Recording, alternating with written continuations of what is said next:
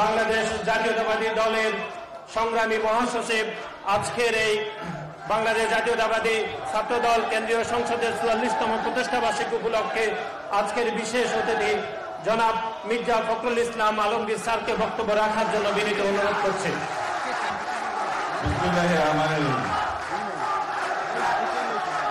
বাংলাদেশ জাতীয়তাবাদী ছাত্রদলের ৪৪তম প্রতিষ্ঠাবার্ষিকীতে আজকের এই আলোচনা সভার সংগ্রামী সভাপতি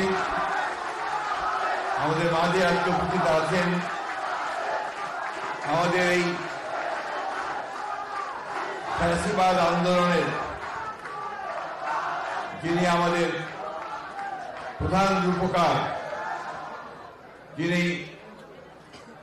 সুদূরে থেকে বাংলাদেশের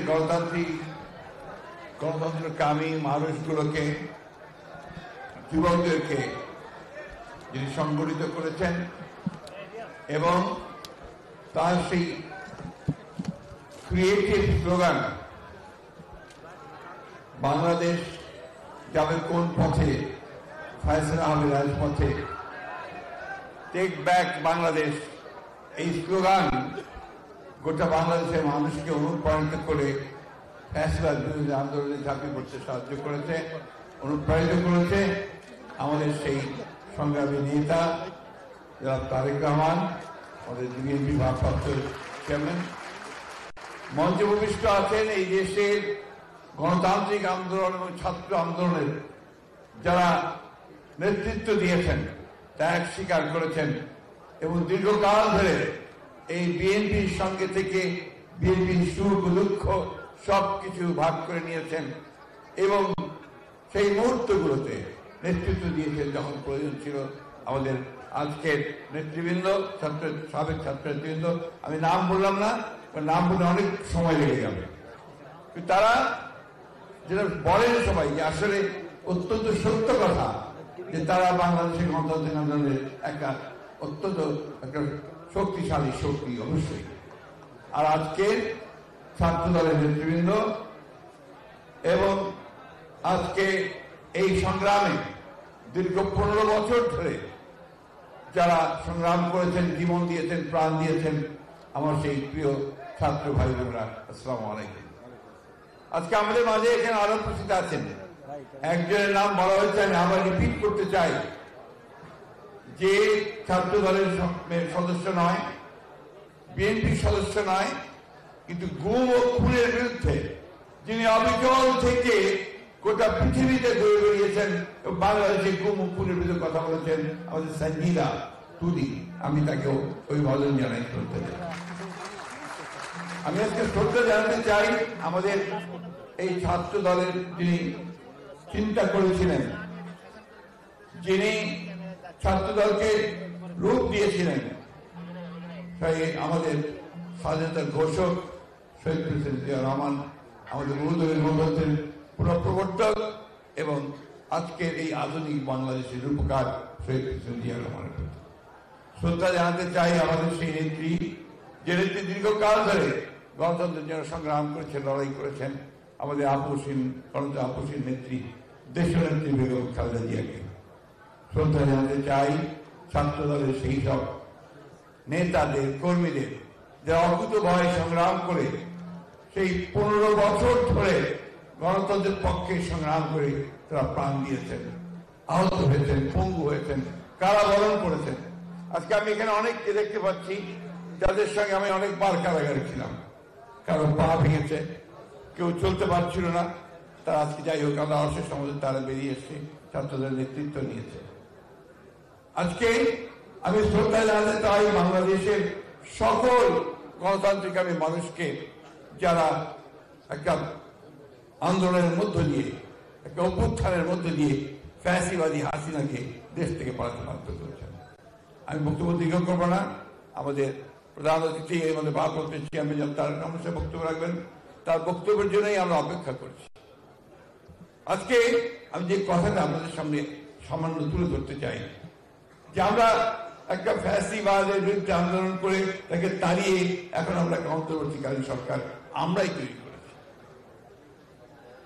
আমরা আশা করছি যে অন্তর্বর্তীকালীন সরকার তারা ন্যূনতম যে সমস্ত সংস্কারগুলো প্রয়োজন, অর্থাৎ আমাদের নির্বাচন সংক্রান্ত যে সংস্কার, একটা লেভেল প্লেইং ফিল্ড তৈরি করা, আমাদের প্রশাসন যন্ত্র তাকে ঠিক করা, সংস্কার করা, বিচার ব্যবস্থাকে সংস্কারের মধ্যে নিয়ে আসা এবং ন্যূনতম অর্থনৈতিক সংস্কারগুলো করা, তার মধ্য দিয়ে একটা নির্বাচন অনুষ্ঠান করা যেটা সকলের কাছে গ্রহণযোগ্য।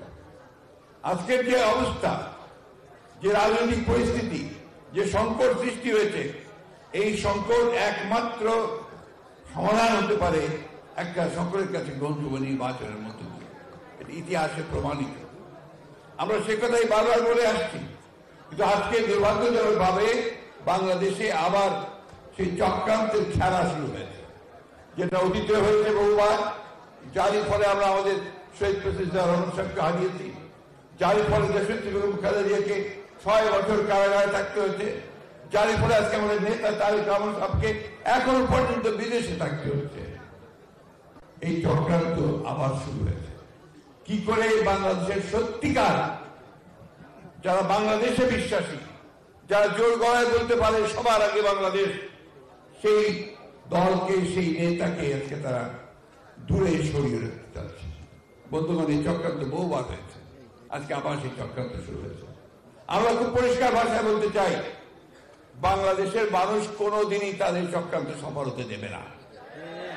বিএনপিকে ভেঙে ফেলার চেষ্টা বহুবার হয়েছে, বহুবার, কখনোই ভেঙে ফেলা সম্ভব হয়নি। এই বিগত তথাকথিত নির্বাচনের সময়ও চেষ্টা হয়েছে, একটা ছাড়া 2টা লোককে তারা সরিয়ে নিয়ে যেতে পারেনি। কারণ বিএনপির যে রাজনীতি, এটা হচ্ছে এদেশের জনগণের মানুষের রাজনীতি। সেই রাজনীতি কি? রাজনীতির স্বাধীনতা, সার্বভৌমত্ব আর গণতন্ত্র, এই 3টে জিনিসের উপরে বিএনপির রাজনীতি মূল ভিত্তি। এবং সেখানে শহীদ প্রেসিডেন্ট জিয়া রহমান সাহেব তার যে জাতীয়তাবাদের যে দর্শন, সেই দর্শন আমাদের দিয়ে গেছেন, 19 দফা কর্মসূচি দিয়ে গেছেন। তারই ভিত্তিতে দেশনেত্রী বেগম খালেদা জিয়া 2016 সালে ভিশন 2030 দিয়েছিলেন। আর এই চলমান মঞ্চে আন্দোলনকে আরো বেগবান করার জন্য এবং বাস্তবতাকে সামনে রেখে আমাদের নেতা জনাব তারেক রহমান সাহেব 31 দফা কর্মসূচি দিয়েছেন 2022 সালে। তাই আজকে যারা এই কথা বলেন যে বিএনপি সংস্কার চায় না, তা আমি মনে করি যে তারা কোনো কিছুই লক্ষ্য করে না, ইতিহাস তারা ভুলে গেছে। ওই 31 দফাকে নিয়ে আমাদের চেয়ারম্যানের নির্দেশে আমাদের নেতারা গ্রামে গ্রামে গেছেন, 31 দফা বোঝানোর চেষ্টা করেছেন, সর্বমহলে গেছেন, সব পেশাজীবীদের কাছে গেছেন। এখনো এই 31 দফা নিয়ে আমাদের মহল্লায় মহল্লায় পর্যন্ত আলোচনা হচ্ছে। তো আমরা এই সংস্কার চাই। আর বিএনপির জন্ম তো হয়েছে আমাদের আমাদের সংস্কারের মধ্য দিয়ে। বহুদলীয় গণতন্ত্র এনেছেন তিনি, একদলীয় গণতন্ত্র থেকে, একদলীয় শাসন থেকে, বাটাল থেকে মুক্ত করে তিনি বহুদলীয় গণতন্ত্র নিয়ে এসেছেন। তিনি আমাদের মিডিয়াকে, আমাদের গণমাধ্যম, সেই গণমাধ্যমকে তিনি মুক্ত করেছেন। তিনি মানুষের স্বাধীনতাকে দিয়েছেন, মৌলিক অধিকারগুলোকে এগিয়ে দিয়েছেন এবং একটা বদ্ধ অর্থনীতিকে তিনি একটা মুক্ত বাজার অর্থনীতি এনে দিয়েছেন। তারপরে আপনারা জানেন যে দেশনেত্রী বেগম খালেদা জিয়ার সময় সেই প্রেসিডেন্সিয়াল ফর্ম অফ গভর্নমেন্ট থেকে পার্লামেন্টারি ফর্ম অফ গভর্নমেন্ট নিয়ে আসা হয়েছে এবং সবশেষে caretaker government system BNP introduce করেছে, করে নির্বাচন ব্যবস্থা যেন কখনই আপনার কলঙ্কিত না হয় সেই ব্যবস্থা করার চেষ্টা করছে। সুতরাং সংস্কার হচ্ছে আমাদের বিএনপির সবসময় আছে। আমরা বিশ্বাস করি এটা একটা চলমান প্রক্রিয়া, মানুষের প্রয়োজনের সঙ্গে সঙ্গে, সমাজের প্রয়োজনের সঙ্গে সঙ্গে সংস্কার আনতে হবে। কিন্তু তাই বলে সংস্কারের নাম করে আমরা এমন কিছু হতে দিতে পারি না যেটা আমার গণতন্ত্রকে বিঘ্নিত করবে। তাই বক্তব্য দীর্ঘ করতে চাই না, আহ্বান জানাতে চাই, আর বিলম্ব না করে অনুগ্রহ করে আমরা এই অন্তর্বর্তীকালীন সরকারের কাছে আহ্বান জানাতে চাই, অতি দ্রুত একটা নির্বাচনের ব্যবস্থা করে বাংলাদেশের মানুষকে এই সংকট থেকে মুক্ত করতে হবে, মানুষকে সামনের দিকে এগিয়ে নিয়ে যেতে হবে। একটা কথা আমাদের মনে রাখতে হবে, ছাত্র দল হচ্ছে আমাদের ভ্যানগার্ড, আমাদের সামনের যে যোদ্ধা তাদেরকে এখন নলেজ বেস পলিটিক্স করতে হবে, জ্ঞান ভিত্তিক রাজনীতি করতে হবে। এবং আজকে এখন সবচেয়ে বেশি যেটা প্রয়োজন, সেই প্রয়োজন হচ্ছে আমাদেরকে কিন্তু একটা সাইবার ওয়ার করতে হবে। আমাদেরকে এই